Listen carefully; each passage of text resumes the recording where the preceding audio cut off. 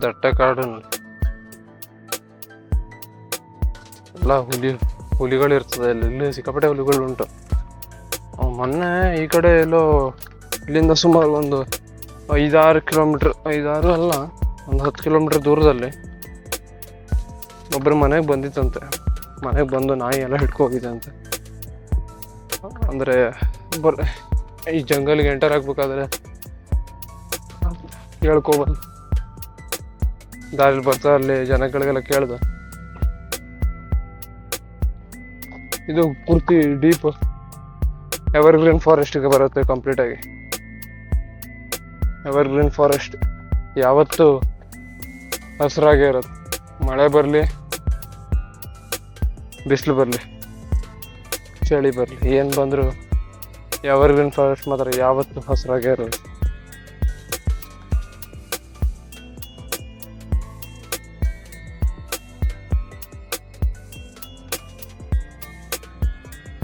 Karnataka Uttara Kannada ಡಿಸ್ಟಿಕಲ್ಲಿ evergreen forest ಅಲ್ಲಿ ವಿಚಿತ್ರವಾದ ಪ್ರಾಣಿಗಳಿದೆ.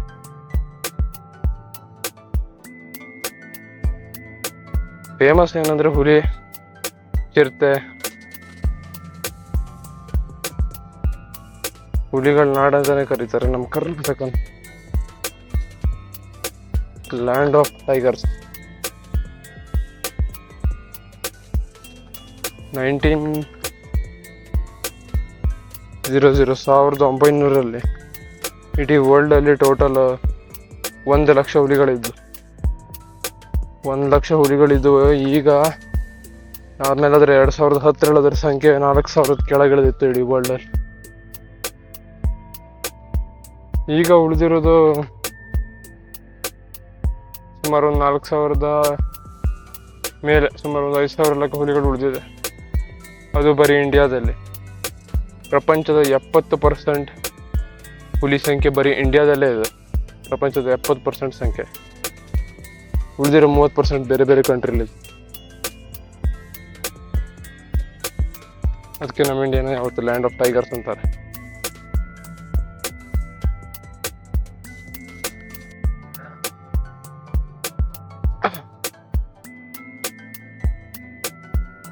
ಹುಲಿಗಳು ಉಳಿಯೋಕ್ ಕಾರಣ 1973 ಬಂದಿರೋ ಪ್ರಾಜೆಕ್ಟ್ ಟೈಗರ್. ಆ ಪ್ರಾಜೆಕ್ಟ್ ಮೂಲಕನೇ ನಮ್ಮ ಇಂಡಿಯಾದಲ್ಲಿ ಇಷ್ಟು ಹುಲಿಗಳು ಈಗ ಇರೋದು. ಮತ್ತೆ ಇಲ್ಲಿ ಕರ್ನಾಟಕದಲ್ಲಂತೂ ಸ್ಪೆಷಾಲಿಟಿ ಏನಂದ್ರೆ, ಇದು ಹುಲಿಗಳಿಗೆ ಸೂಟೇಬಲ್ ಆದ ಒಂದು ಅದ್ಭುತವಾದ ಜಾಗ ಕರ್ನಾಟಕ. ಅದರಲ್ಲೂ ಈ ಎವರ್ಗ್ರೀನ್ ಫಾರೆಸ್ಟ್ಗಳು ಏನು ಉಂಟಲ್ಲ, ಹೈಯೆಸ್ಟ್ ಆಗಿ ಕರ್ನಾಟಕದಲ್ಲಿ ಕಾಣುತ್ತಲ್ಲ, ಅದಕ್ಕೆ ಹುಲಿಗಳಿಗೆಲ್ಲ ಸಿಗುತ್ತೆ ಇಲ್ಲಿ. ಅಂದ್ರೆ ಅದಕ್ಕೆ ಏನೇನು ಬೇಕು, ಎನ್ವೈರ್ಮೆಂಟಲ್ಲಿ ನೀರು, ಸರಿಯಾದ ಟೈಮ್ ನೀರು, ಆಹಾರ ಇರ್ಬೋದು, ಪ್ರತಿಯೊಂದು ಸೂಟೇಬಲ್ ಆಗಿ ಸಿಗೋದ್ರಿಂದ this is the best place. ಮಸ್ತ್ ಪ್ಲೇಸ್ ರೀ ಇದು. ಹುಲಿಗಳಿಗಂತೂ ತಾಯ್ನಾಡಿದು.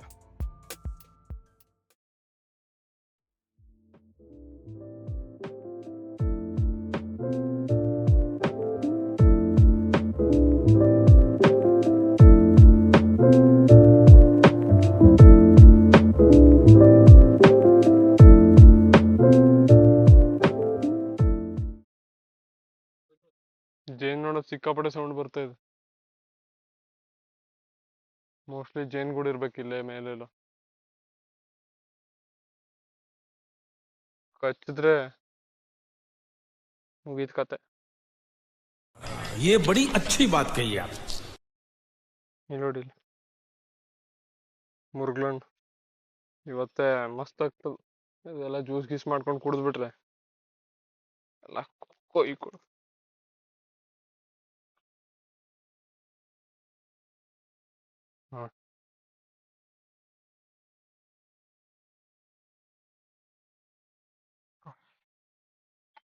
ಶೆಲ್ಟರ್ ಮಾಡ್ಬೇಕೀಗ, ಸ್ಟೇ ಮಾಡ್ಬೇಕಲ್ಲ. ಇದು ಒಳ್ಳೆ ಕಟ್ಟಿಗೆ ಇದೆ. ಮಾರ್ಕ್ ಇಲ್ಲಿ ಕಟ್ ಮಾಡಿದ್ರೆ ಕರೆಕ್ಟ್ ಇದೆ. ನೋಡಿ ತೈವಾನ್ ಕತ್ತಿ ನನಗೆ ಎಷ್ಟು ಸಾಥ್ ಕೊಟ್ಟಿದೆ ಅಂದ್ರೆ ಎಷ್ಟು ಸ್ಲೈಸ್ ಆಗಿ ಕಟ್ ಮಾಡಿದೆ ನೋಡಿ. ಹಂಗಂತ ಯಾವ್ದೋ ಮರ ಗಿರ ಕಟ್ ಮಾಡಿದೆ ಅನ್ಕೋಬಿಡಿ, ಬಿದ್ದಿರೋ ಮರ ಅಂದ್ರೆ ಮಳೆಗೆಲ್ಲ ಮುರಿದು ಬಿದ್ದಿದೆಲ್ಲ ಆ ಮರನ ಕಟ್ ಮಾಡಿದ್ದೀನಿ ಅಷ್ಟೇ. ಇರೋ ಬರೋ ಮರನೆಲ್ಲ ಕಟ್ ಮಾಡಲ್ಲ ನಾನು ಕಾಡಲ್ಲಿ, ಮತ್ತೆ ಹಾಗೆ ಏನಾರು ಹಾಕ್ಬಿಟ್ರಿ.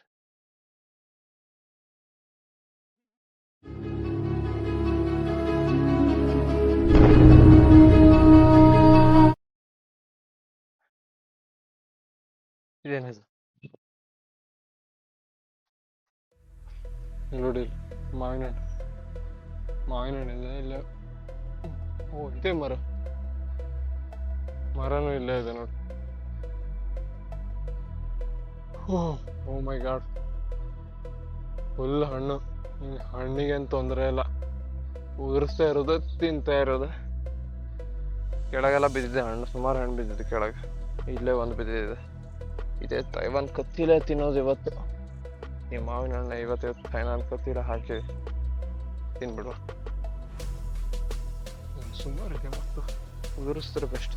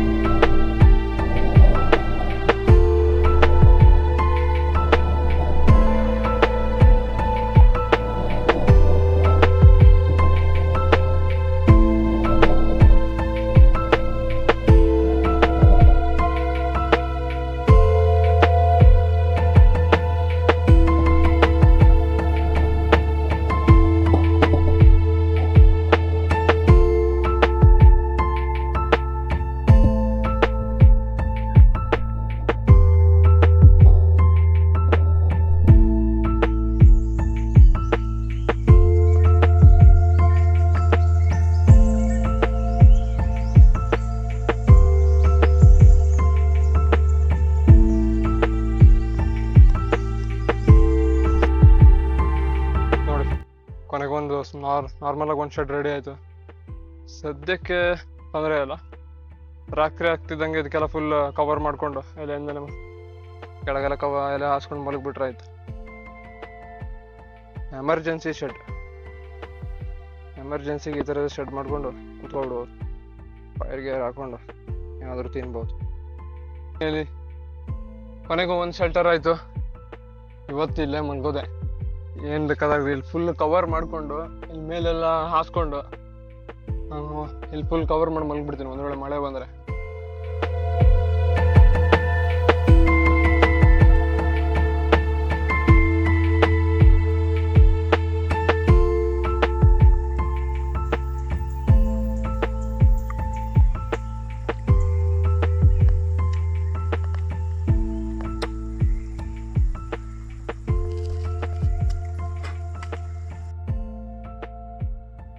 ಮಳೆ ಲೈಟಾಗಿ ಬೀಳ್ತಾ ಇತ್ತು. ಈಗ ಭಟ್ರದೊಂದು ಡೈಲಾಗ್ ನೆನಪಾಗುತ್ತೆ, ಯೋಗರಾಜ್ ಭಟ್ರದ್ದು. ಎಲ್ಲಿಯೋ ಹೋಗದ ನಿಂತ ಬಸ್ಸಲ್ಲಿ ಸೀಟೊಂದು ಹಿಡಿದವನು ನಾನು, ತಿಳಿ ಸಂಜೆಯಲ್ಲಿ ನನ್ನ ನಂಬರಿಗೇನೆ ಮಾಡುವೆನು ಫೋನ್. ಈ ನಡುವೆ ಎಲ್ಲಿಯೋ ನೋಡುವೆನು, ಎಲ್ಲಿಗೋ ಹೋಗುವೆನು, ಏನನ್ನೋ ಕಾಯುವೆನು. ಮಳೆ ಬಂದರು ಬರದಿದ್ದರು ಎದೆ ತುಂಬಿ ಹಾಡುವೆನು. ಹೇಳಿಬಿಡು ಮಳೆ, ನೀ ನನಗೆ ಕೊಟ್ಟಿದ್ದು ತಿಳಿ ನೀನಿ ಕನಸ, ಬರಿ ಪೋಲಿ ಕನಸ. ಎವರ್ಗ್ರೀನ್ ಫಾರೆಸ್ಟ್ ಅಲ್ಲಂತೂ ಫೈರ್ ಹಚ್ಚೋದು ಅಂತ ಮಾತ್ರ ಭಾರಿ ಕಷ್ಟ. ಇನ್ನೂ ಬೆಂಕಿ ಹಚ್ಚಲಿಲ್ಲ. ಮಳೆ ಸಿಕ್ಕಾಪಟ್ಟೆ ಇರೋದ್ರಿಂದ ಬೆಂಕಿ ಹಚ್ಚಲಿಕ್ಕಾಗಿಲ್ಲ. ಈಗ ಹಚ್ಬೇಕು ಬೆಂಕಿನ ಏನಾದ್ರು ಮಾಡಿ, ಸ್ವಲ್ಪ ಮಳೆ ಕಮ್ಮಿ ಆಗ್ಲಿ ಅಂತ ಕಾಯ್ತಾ ಇದೆ. ನೋಡಿ, ಕೊನೆಗೂ ಫೈನಲಿ ಬೆಂಕಿ ಹತ್ತಿತ್ತು. ಜಸ್ ಈಗ ಏನಾದ್ರು ಮಾಡ್ಬೋದು, ಈಗ ತೊಂದರೆ ಇಲ್ಲ. ಎವರ್ಗ್ರೀನ್ ಫಾರೆಸ್ಟ್ ಅಲ್ಲಿ ಬೆಂಕಿ ಹಚ್ಚೋದೇ ಸಿಕ್ಕಾಪಟ್ಟೆ ಕಷ್ಟ ಆಗತ್ತೆ. ಅದೆಲ್ಲ ಕೆತ್ತು ಇಲ್ಲಿ ನೋಡಿ, ಎಲ್ಲ ಒಳಗಿರೋ ಕಟ್ಟಿಗೆ ಮೇಲಿಂದ ಸಿಪ್ಪೆ ಎಲ್ಲ ತೆಗೆದು ಅದನ್ನೆಲ್ಲ ಸಣ್ಣ ಸಣ್ಣ ಚೂರು ಮಾಡಿ ಬೆಂಕಿ ಹಚ್ಚಿದೀನಿ. ಈಗ ಸ್ವಲ್ಪ ಕೆಂಡ ಆಗಿದೆ. ಕೆಂಡ ಆದ್ಮೇಲೆ ತೊಂದರೆ ಇಲ್ಲ. ಇಲ್ಲಿ ನೋಡಿ, ಇಲ್ಲಿ ರಕ್ತ ಫುಲ್ ಬರ್ತಾ ಉಂಟಾ. ಇದು ಫುಲ್ ಶಾರ್ಪ್ ಮಾಡಿದೆ ಚಾಕುನ. ಅದು ಕೆತ್ತಬೇಕಾದ್ರೆ ಫುಲ್ ರಕ್ತ ಬಂದ್ಬಿಡ್ತು, ಯಾವುದು ಕಟ್ಟಿಗೆನ. ಅದು ಬೆಂಕಿ ಆಗಿದೆಯಲ್ಲ, ಈ ರಕ್ತ ಎಲ್ಲ ಈಗ ಸಣ್ಣ ಪುಟ್ಟ ಗಾಯ ಆಗ್ತಾ ಇರುತ್ತೆ. ಮಾಡ್ತಾ ಹೋದೆ. ಈಗ ಬೆಂಕಿ ಹೆಂಗೋ ಆಗಿದೆ, ಏನಾದರೂ ಅಡುಗೆ ಮಾಡ್ಕೊತೀನಿ ಅನ್ನೋದು.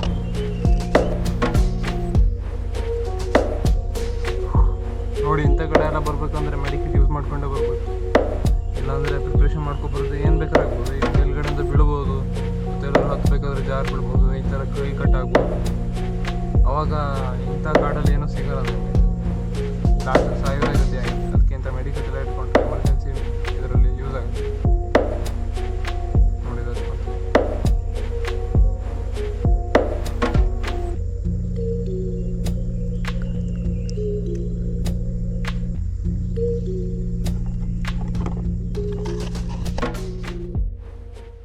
ಹೀಗೆ ಬೆಂಕಿ ಮಾಡ್ತಾ ಖಾಲಿ ಕೂತಿದ್ದೆ. ಹಾಗೆ ಒಂದು ಡೈಲಾಗ್ ನೆನಪಾಯಿತು. ಹೆಣ್ಣು ಒಂದು ಹೊನ್ನು, ಹೆಣ್ಣಿನಿಂದ ಹೋದವನು ಮಣ್ಣು.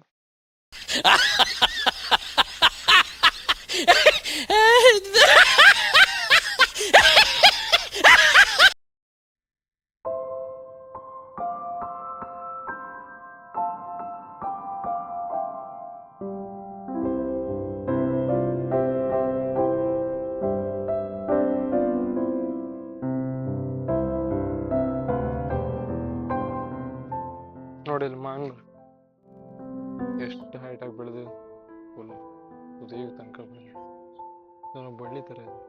ಏನು ಈಗೇನು ಬಳ್ಳಿ ಏನು? ಓಹೋ, ಗಾಳ. ಇದೇನು ಇಷ್ಟು ಎತ್ತರ ತನಕ ಬೆಳೆದು ಏನು ಗಿಡ ಇದೆ ಅಥವಾ ಮಾವಿನ ಮರಕ್ಕೆ ಬೆಳ್ಕೊಂಡಿದೆ? ಏನಿದೆ? ಅದ್ರ ಬುಡ ಎಲ್ಲಿದೆ? ಅದು ಅಲ್ಲಿದೆ, ಅದ್ರ ಬುಡ. ಅದ ಅಸಲಿ ಗಿಡ ಇಲ್ಲಿದೆ. ಇದು ಇಲ್ಲಿಂದ ಹೋಗಿ ಸೀದಾ ಈ ಮಾವಿನ ಮರನ ಮೇಲೆ ಹೋಗಿ ಅಲ್ಲಿಂದ ಸುತ್ತಾಕಿದೆ. ಅಂದ್ರೆ ಮೋಸ್ಟ್ಲಿ ಇದು ಗಿಡ ಇದ್ದಾಗೆ ಎರಡು, ಅಂದ್ರೆ ಮಾವಿನ ಮರ ಮತ್ತೆ ಇದು ಎರಡು ಗಿಡ ಇದ್ದಾಗೆ ಇದನ್ನ ಜಾಯಿಂಟ್ ಮಾಡಿ ಬೆಳೆಸಿದಿರ್ಬೇಕು. ಈಗ ಇಷ್ಟು ಎತ್ತರವಾಗಿ ಬೆಳ್ಕೊಂಡಿದೆ. ನೋಡಿ ಇದನ್ನ ಹತ್ತು ಹಿಂಗೆ ಜೋತಾಡ್ಬೋದು ಫುಲ್. ಅಷ್ಟೇ ಫ್ಲೆಕ್ಸಿಬಲ್ ಇದೆ. ಏನೋ ಅನ್ಸಲ್ಲ. ಎಷ್ಟು ಗಟ್ಟಿ ಇದೆ ಅಂದ್ರೆ 10 ಮೇಲೆ ಹೋಗ್ಬೋದು, ಅಷ್ಟು ಫ್ಲೆಕ್ಸಿಬಲ್ ಇದೆ.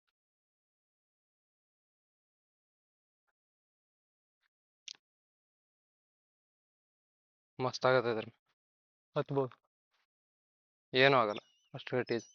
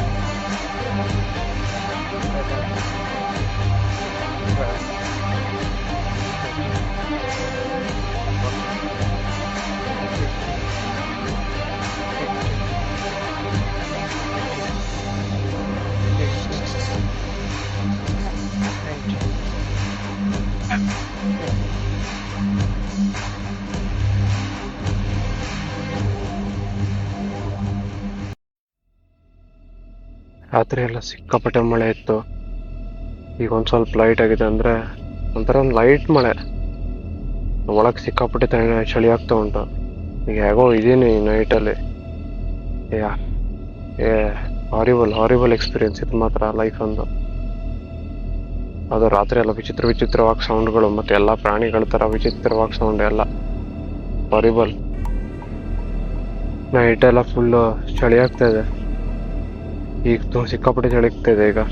ಅಂದರೆ ಒಂಥರ ಭಯಾನಕವಾದ ಸೌಂಡ್ಗಳು ಅಲ್ಲಿ ಇಲ್ಲಿ. ಅದು ಕಾಡಲ್ಲೂ, ಡೀಪ್ ಕಾಡಲ್ಲ, ಇಲ್ಲಿ ಭಯಾನಕವಾದ ಸೌಂಡ್ ಕೇಳಿಸುತ್ತೆ. ಏನೇನೋ ಪ್ರಾಣಿಗಳದೇ ಇರಬೇಕು ಅಂದ್ಕೊಂಡ್ರೆ ಸಮಾಧಾನ ಮಾಡ್ಕೊಂಡಿದ್ದೀನಿ. ಇಲ್ಲಿ ತುಂಬ ಕಷ್ಟ ಆಗ್ತಾ ಇದೆ. ರಾತ್ರಿ ಪೂರ್ತಿ ಈ ಡೆನ್ಸ್ ಫಾರೆಸ್ಟ್ ಅಲ್ಲಿ ಇರೋದು ಅಂದರೆ ಇಟ್ ವಿಲ್ ಬಿ ಹಾರಿಬಲ್. ಅಲ್ಲಿ ನೋಡಿ ನವಿಲ್ ಕೂಗ್ತಾ ಇದೆ. ಮೋಸ್ಟ್ಲಿ ನಿಮ್ಗೆ ಕೇಳ್ತಾ ಇರ್ಬೋದು. ಎಲ್ಲದೂ ಕೂಗ್ತಾ ಇದೆ. ಈಗ ಮಾರ್ನಿಂಗ್ ಸುಮಾರು 3:30 ಆಗಿದೆ. ಮಾರ್ನಿಂಗು ಅಲ್ಲ, ಇದು ಒಂಥರ ಮಧ್ಯರಾತ್ರಿ 3:30 ಸುಮಾರಾಗಿದೆ. ಏನು ಮಾಡ್ಬೇಕು ಗೊತ್ತಾಗ್ತಾ ಇಲ್ಲ. ಹೆಂಗೋ ತಡ್ಕೊಂಡು ಸಮಾಧಾನ ಮಾಡ್ಕೊಂಡು ಧೈರ್ಯ ಮಾಡ್ಕೊಂಡಿದ್ದೀನಿ. ಲೈಫಲ್ಲಿ ಮರೆಯಲ್ಲ. ಇದು ಹಾರಿಬಲ್ ಎಕ್ಸ್ಪೀರಿಯನ್ಸ್ ನನ್ನ ಲೈಫಿಂದು, ಅತಿ ಕಷ್ಟಕರವಾದ ಎಕ್ಸ್ಪೀರಿಯನ್ಸ್.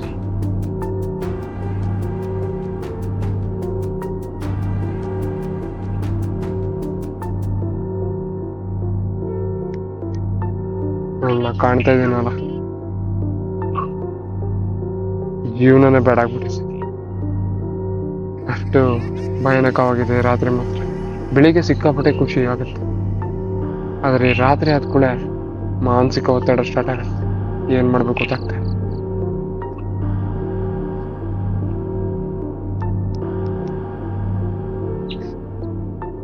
ಈ ರಾತ್ರಿ ಕಾಡಲ್ಲಿ ಒಬ್ಬನೇ ಕೂತಾಗ ಏನನ್ಸತ್ತೆ ಗೊತ್ತಾ? ತಲೆ ಅಂತೂ ಓಡೋದೇ ಅಲ್ಲ. ಮೊದಲನೇದು ಹಾರ್ಟು ಡಬಡಬ ಅಂತ ಬಡ್ಕೊಂತಿರತ್ತೆ. ಸುತ್ತಮುತ್ತ ವಿಚಿತ್ರವಾದ ಶಬ್ದ. ಅವುಗಳ ಮಧ್ಯೆ ನಾನಿಲ್ಲಿ ಒಬ್ಬನೇ ಕೂತಾಗ ನನ್ನ ಪರಿಸ್ಥಿತಿ ಏನಾಗಿರ್ಬೇಡ ನೀವೇ ಯೋಚನೆ ಮಾಡಿ. ಯಾರಿಗೂ ಬೇಡ ಈ ಪರಿಸ್ಥಿತಿ ಮಾತ್ರ. ಒಂದು ಕಡೆ ನಗುನು ಬರುತ್ತೆ ಭಯಕ್ಕೆ.